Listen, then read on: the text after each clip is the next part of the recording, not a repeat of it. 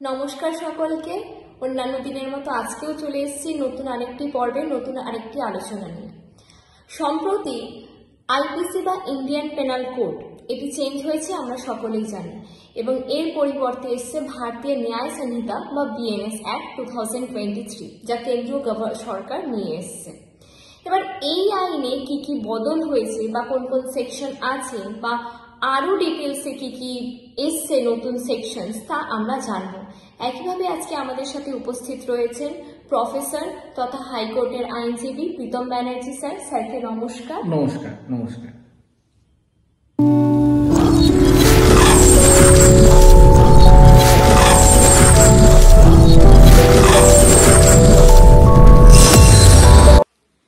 আচ্ছা স্যার, প্রথম প্রশ্নে আসছি। আমরা জানি যে আইপিসি চেঞ্জ হয়েছে, বদলে বিএনএস অ্যাক্ট এসছে বা ভারতীয় ন্যায় সংহিতা। এবার স্যার, ভারতীয় ন্যায় সংহিতা এটা কবে থেকে ইমপ্লিমেন্টেড হচ্ছে ভারতে? হ্যাঁ, মোটামুটি যা সিদ্ধান্ত কেন্দ্রীয় সরকার নিয়েছে বা যেটা মোটামুটি ভাবে জানা গেছে, তাতে এই ভারতীয় ন্যায় সংহিতা অর্থাৎ নতুন যে আইন ভারতীয় ন্যায় সংহিতা 2023, এটা এই বছরেতেই অর্থাৎ 2024-তেই যথাশীঘ্র সম্ভব এটা ইমপ্লিমেন্টেড হবেই। আচ্ছা, মানে এই বছরের মধ্যে সেটা হয়েছে? হ্যাঁ, এই বছরের মধ্যে এটা ইমপ্লিমেন্টেড হবে। আচ্ছা স্যার, স্যার এই বিএনএস অ্যাক্ট বা ভারতীয় ন্যায় সংহিতা, এতে টোটাল কটা সেকশনস আছে বর্তমানে? হ্যাঁ, এটাতে মোট সেকশনের সংখ্যা হচ্ছে 358, অর্থাৎ 358টা সেকশন আছে। তাহলে স্যার আগে আইপিসিতে টোটাল কটা সেকশন ছিল? হ্যাঁ, এর আগে যে আইনটা ছিল সেটা ব্রিটিশদের তৈরি আইন, অর্থাৎ ইন্ডিয়ান পিনাল কোড 1860। তাতে টোটাল সেকশন ছিল 511। মানে আমি ওই যে সমস্ত এ বি সি এই ধরনের সেকশনগুলোকে বাদ দিয়ে বলছি, মোটামুটিভাবে নাম্বার দেওয়া ছিল, টোটাল সেকশন হচ্ছে 511। আর বর্তমানে যে আইনটা এলো অর্থাৎ ভারতীয় ন্যায় সংহিতা 2023, এটাতে টোটাল সেকশনের সংখ্যা আছে 358, অর্থাৎ কম্পারেটিভলি এই নতুন আইনে সেকশনের সংখ্যাটা কমে গেছে। কারণ আগে ইন্ডিয়ান পিনাল কোড 1816 ছিল 511, সেটা এখন হয়েছে 358। তার মানে সেকশন অনেকগুলো কমিয়ে দেওয়া হয়েছে? হ্যাঁ, সেকশন অনেকগুলো কাটছাঁট করা হয়েছে। তার মধ্যে পুরনো কিছু বাদ হয়ে গেছে, নতুন কিছু ইন্ট্রোডিউসড হয়েছে, আপডেটেড হয়েছে। একদম স্যার। স্যার, পরবর্তী প্রশ্নে আসছি। আইপিসি বা বিএনএস এই দুটো আইন কি নিয়ে ডিল করছে বা এর বিষয়বস্তুটা কি? হ্যাঁ, আইপিসি 1860 বা বিএনএস অর্থাৎ ভারতীয় ন্যায় সংহিতা 2023, এই দুটো আইনের বিষয়বস্তু মানে সাবজেক্ট ম্যাটার হচ্ছে কমন। অর্থাৎ দুটো আইনই যেটা নিয়ে ডিল করছে সেটা হলো various types of the offences, অর্থাৎ বিভিন্ন রকমের যে অপরাধ, সেই অপরাধ, তার ডেফিনেশন, তার পানিশমেন্ট, অর্থাৎ অপরাধগুলোর ডেফিনেশন এবং তার পানিশমেন্ট, এইটাই কিন্তু অরিজিনাল ইন্ডিয়ান পিনাল কোডেও সেটা ছিল এবং এই বিএনএস অর্থাৎ ভারতীয় ন্যায় সংহিতাতেও তাই আছে। স্যার, এই আইনের ক্লাসিফিকেশনস গুলো কি কি? মানে বিভিন্ন রকমের যে অফেন্স, তার ক্লাসিফিকেশন। এখানে আমাদের যে পিনাল কোড বা বিএনএস দুটো আইনেই বিভিন্ন রকমের যে অফেন্স আছে তাকে ক্লাসিফাই করা হয়েছে। যেমন একটা ক্লাসিফিকেশন হচ্ছে যে offences against the human body, মানে আমাদের মানব শরীরের বিরুদ্ধে যে ধরনের অপরাধগুলো আছে। আবার একটা ক্লাসিফিকেশন হচ্ছে অফেন্সেস অ্যাফেক্টিং দ্য প্রপার্টি, অর্থাৎ সম্পত্তির বিরুদ্ধে যে বিভিন্ন রকমের অপরাধ। ঠিক সেরকমভাবে অফেন্সেস রিলেটিং টু ম্যারেজ বা offences relating to document, varieties টাইপের অফেন্স, বিভিন্ন রকমের অফেন্স, এবং তার বিভিন্ন এইভাবেই সেই ক্লাসিফিকেশনটা এখানে বলা আছে। আচ্ছা স্যার, পরের প্রশ্নতে আসছি। অফেন্স এগেইনস্ট বডিতে কি কি চেঞ্জেস এসছে? হ্যাঁ, অফেন্সেস এগেনস্ট বডি এই যে চ্যাপ্টারটা, তাতে বেশ কিছু চেঞ্জেস আছে, যেমন বিশেষ করে সেকশনের চেঞ্জ হয়েছে। মোটামুটিভাবে কনসেপ্ট যেগুলো খুব ভাইটাল, যেমন মার্ডার বা heart, grievous heart, kidnapping, abduction, wrongful restrained, wrongful confinement, মোটামুটি এইরকম ধরনের অফেন্স যেগুলো অ্যাফেক্টিং দ্য হিউম্যান বডি, যেটা ইন্ডিয়ান পিনাল কোডে যা ছিল নতুন আইনেও মোটামুটি সেই একই রকম ডেফিনেশন আছে। পানিশমেন্টও কিছু কিছু ক্ষেত্রে বেড়েছে, আর মোটামুটিভাবে একই রকমই আছে।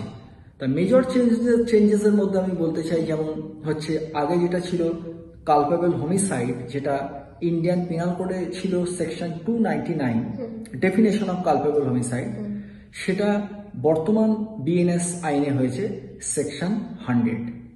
এবং মার্ডার, এটা ডিফাইন ছিল আন্ডার ওল্ড আইপিসি, সেটা হচ্ছে সেকশন 300, সেটা নতুন আইনে হয়েছে 101 অর্থাৎ 101। আর আমাদের পানিশমেন্ট, মার্ডারের ক্ষেত্রে পানিশমেন্ট আগে ছিল 302 অফ ইন্ডিয়ান পিনাল কোড, সেটা বর্তমানে হয়েছে সেকশন 103। আর কালপেবল হোমিসাইডের পানিশমেন্ট ছিল 304 ইন্ডিয়ান পিনাল কোড, এখন সেটা ভারতীয় ন্যায় সংহিতাতে হয়েছে সেকশন 105। এইগুলো একটা ম্যাসিভ চেঞ্জেস আছে। তার মধ্যে আমি একটা উল্লেখ করতে চাই, সেটা হচ্ছে 302 অফ ইন্ডিয়ান পিনাল কোড, যেটা মার্ডারের পানিশমেন্ট ছিল আগে death sentence or life imprisonment or fine, যেটা এখন 103 সাবসেকশন 1-এ ওই একই পানিশমেন্ট আছে in case of murder, death sentence or life imprisonment or fine. কিন্তু একটা নতুন সাবসেকশন অর্থাৎ 103 সাবসেকশন 2-তে কিন্তু একটা নতুন কনসেপ্ট ওখানে অ্যাড হয়েছে, সেটা হচ্ছে কোনো গ্রুপ মার্ডার। অর্থাৎ একসাথে যদি অনেকজন মিলে যদি কোনো একটা মার্ডার করে, অর্থাৎ একটা গ্রুপ অফ পার্সন, সেখানে বলে দেওয়া আছে যে if a group of 5 or more than 5 persons acting in concert in for a common object of commits murder on the ground of any race or caste or means any place of birth on any such grounds, then each of such person shall be convicted with death penalty or life imprisonment and fine. So এই যে group murder, এই যে কনসেপ্টটা, এটা একটা নতুন concept, এটা 103 সেকশনে ইন্ট্রোডিউসড হয়েছে। Okay sir. আচ্ছা স্যার, পরের প্রশ্নতে আসছে লিঞ্চিং বা গণপিটুনি। এই লিঞ্চিং বা গণপিটুনির ফলে যদি কেউ মারা যায়, তাহলে যারা তাকে মারছে তাদের কি শাস্তি হবে? মানে লিঞ্চিংটা কি কোনো শাস্তিযোগ্য অপরাধ বর্তমান বিএনএস অ্যাক্ট অনুযায়ী? হ্যাঁ, আমি ওই একটু আগেই এটা আলোচনা করেছি যে নতুন যে প্রভিশনটা ইন্ট্রোডিউসড হয়েছে by virtue of section 103 subsection 2, ওখানে বলে দেওয়া আছে গ্রুপ মার্ডার। তা গ্রুপ মার্ডার মানে 5 জন বা তার বেশি মিলে যখন করছে, তখন তাদের ওই ডেথ সেন্টেন্স বা লাইফ ইমপ্রিজনমেন্ট হবে। অর্থাৎ মাস কিলিং বা গ্রুপ মার্ডারের ক্ষেত্রেও তারা ওই 103 সাবসেকশন 2-তে পানিশমেন্ট পাবে। আচ্ছা স্যার, এবার স্যার নেক্সট কোয়েশ্চেনে আসছি। অ্যাটেম্প টু সুইসাইডটা তো আইপিসি অনুযায়ী একটা অফেন্স ছিল। অ্যাটেম্প টু সুইসাইডের ক্ষেত্রে বিএনএস এ কি কি চেঞ্জেস এসেছে? হ্যাঁ, attempt to suicide, attempt to commit suicide, এটা আগে Indian penal code according to section 309 তাতে এটা পানিশেবল ছিল, কিন্তু বর্তমানে এটা উঠে গেছে। অর্থাৎ নতুন আইনে, এই বিএনএস আইনে কিন্তু অ্যাটেম্প টু কমিট সুসাইড এটা আর কোনো দণ্ডনীয় অপরাধ নয়। আচ্ছা, এবার স্যার যদি কোনো এক ব্যক্তি অন্য কোনো ব্যক্তিকে সুইসাইড করতে আর কি হেল্প করছে, বা সুইসাইড করতে তাকে অ্যাজ আ অ্যাবেটার সে সুইসাইড করতে বাধ্য করছে, তাহলে সেক্ষেত্রে অ্যাবেটারের কি শাস্তি হবে? আচ্ছা, হ্যাঁ, অ্যাবেটমেন্ট টু কমিট সুসাইড এটা আগেও পানিশেবল ছিল আন্ডার আইপিসি, এখনো সেটা পানিশমেন্ট আছে, সেকশন চেঞ্জ হয়েছে। আগে এটা ইন্ডিয়ান পিনাল কোডের 306 ওখানে বলা ছিল অ্যাবেটমেন্ট টু কমিট সুসাইড, অর্থাৎ কেউ যদি সুসাইড করার জন্য কাউকে প্ররোচিত করে, যদি ইন্ধন যোগায়, ইনস্টিগেট করে, তাহলে সে পানিশমেন্ট পাবে। সেটা আগে ছিল 306 আন্ডার ওল্ড আইপিসি। বর্তমানে সেটা নতুন আইন বিএনএস এ এই 306টা এখন হয়েছে সেকশন 108, 108 নম্বর ধারা অনুযায়ী তার পানিশমেন্ট হবে, এটা পানিশেবল। আচ্ছা স্যার, এখান থেকে আরেকটা প্রশ্ন আসছে, অ্যাটেম্প টু মার্ডার এর ক্ষেত্রে বিএনএস এ কি চেঞ্জেস এসেছে? হ্যাঁ, অ্যাটেম্প টু মার্ডার এটা আগে ইন্ডিয়ান পিনাল কোডে পানিশমেন্ট ছিল আন্ডার সেকশন 307, আর নতুন আইনে বিএনএস এ এটা এসছে সেকশন 109, অর্থাৎ অ্যাটেম্প টু মার্ডারের সেকশন চেঞ্জ হয়েছে কিন্তু পানিশমেন্ট তার থাকছে। আচ্ছা, মানে একই আছে, জাস্ট সেকশনটা চেঞ্জ হয়েছে। Okay sir. স্যার, এখান থেকে কোয়েশ্চেন যেটা আসছে যে অফেন্সেস अगेंस्ट হিউম্যান বডি এর ক্ষেত্রে বাকি চেঞ্জেস গুলো কি কি এসেছে? হ্যাঁ, আরো প্রধানত দুটো চেঞ্জের কথা আমি উল্লেখ করব এই বিষয়ে। তার মধ্যে প্রথমটা হচ্ছে section 303 of Indian penal code, যেটা আগে ছিল মানে under old law Indian penal code section 303, যেখানে বলা আছে যে if any murder is committed by a person who is already convicted under life imprisonment, অর্থাৎ যাবজ্জীবন দণ্ডপ্রাপ্ত কোনো আসামি সে যদি আবার খুন করে তাহলে সেক্ষেত্রে তার শাস্তি হচ্ছে একটাই, ডেথ পেনাল্টি। সেখানে আর কোনো অল্টারনেটিভ নেই, অর্থাৎ আর লাইফ ইমপ্রিজনমেন্ট দেওয়া হবে না, একটাই ছিল আন্ডার সেকশন 303, সেটা হচ্ছে ডেথ পেনাল্টি। যে কারণে একটা ঐতিহাসিক judgment Mithu versus state of Punjab in the year 1983 criminal law journal, সেখানে আমাদের মহামান্য উচ্চ আদালত সুপ্রিম কোর্ট ওই সেকশন 303টাকে আনকনস্টিটিউশনাল ডিক্লেয়ার করেছিল এই গ্রাউন্ডে যে এখানে শুধুমাত্র ডেথ সেন্টেন্স দেয়া হচ্ছে আর লাইফ ইমপ্রিজনমেন্টের কোনো অপশান নেই, যেটা আমাদের রাইট টু লাইফ, যেটা আমাদের আর্টিকেল 21 কনস্টিটিউশন আছে, সেটাকে ভায়োলেট করছে। তো ওই 1983-তে এই মিঠুস কেসে এই সেকশন 303 আনকনস্টিটিউশনাল ডিক্লেয়ার হয়ে যাওয়ার পর ন্যাচারালি এটা ইনঅপারেটিভ হয়েছিল।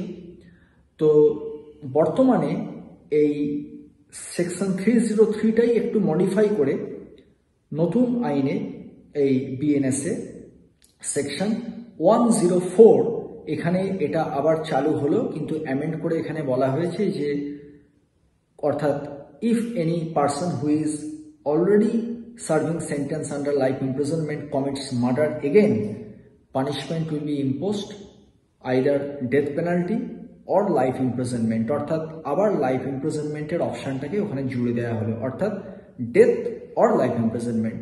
সুতরাং ওই মিঠুস কেসের যে ল্যাকুনাটা সুপ্রিম কোর্ট হাইলাইট করেছিল সেইটাকে মিটিগেট করার জন্য এই নতুন সেকশনেতে যাতে এটা কার্যকারী হয়, এই একটা বড় চেঞ্জ এখানে হয়েছে।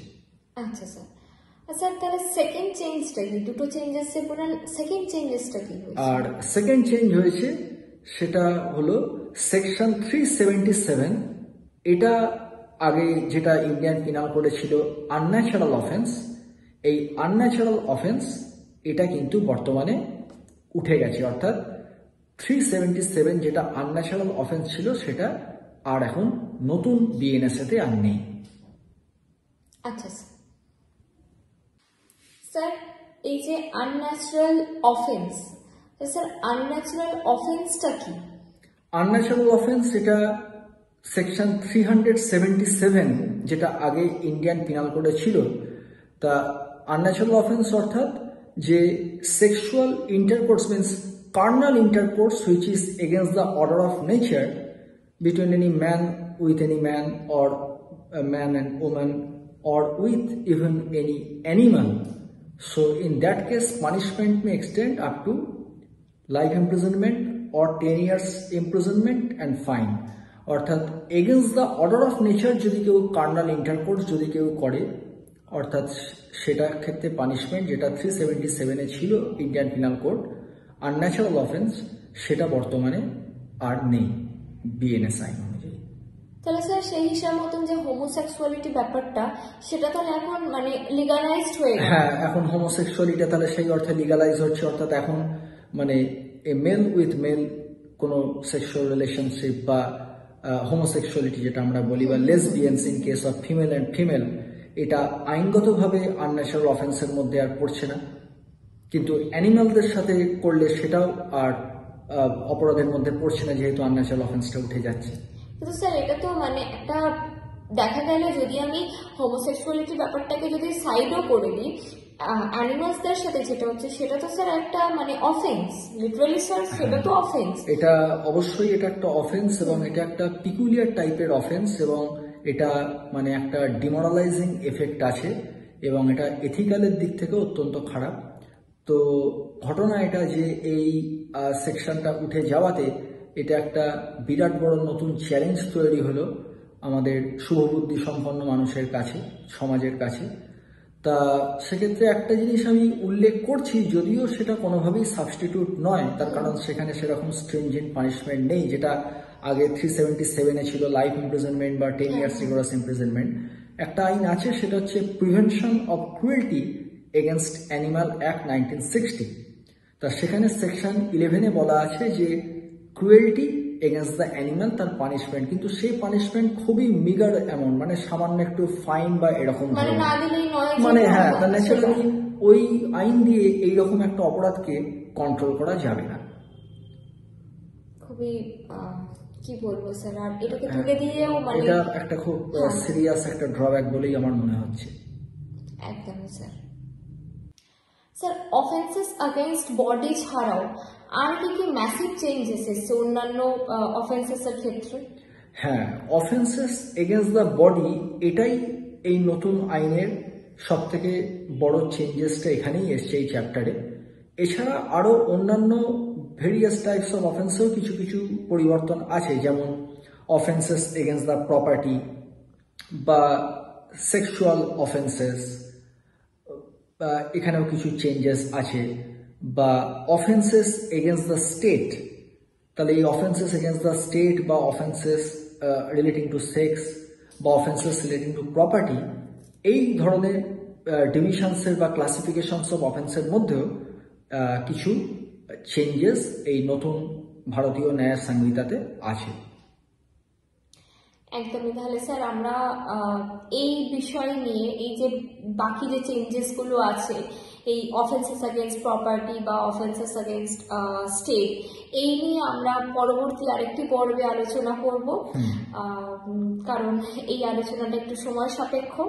এবং ততক্ষণের জন্য আপনাদের সবাইকে নমস্কার। ঠিক একইভাবে পরবর্তী পর্বে আমরা আবারও এই বিষয় নিয়েই আলোচনা করব। ততক্ষণের জন্য নমস্কার, ভালো থাকবেন। নমস্কার।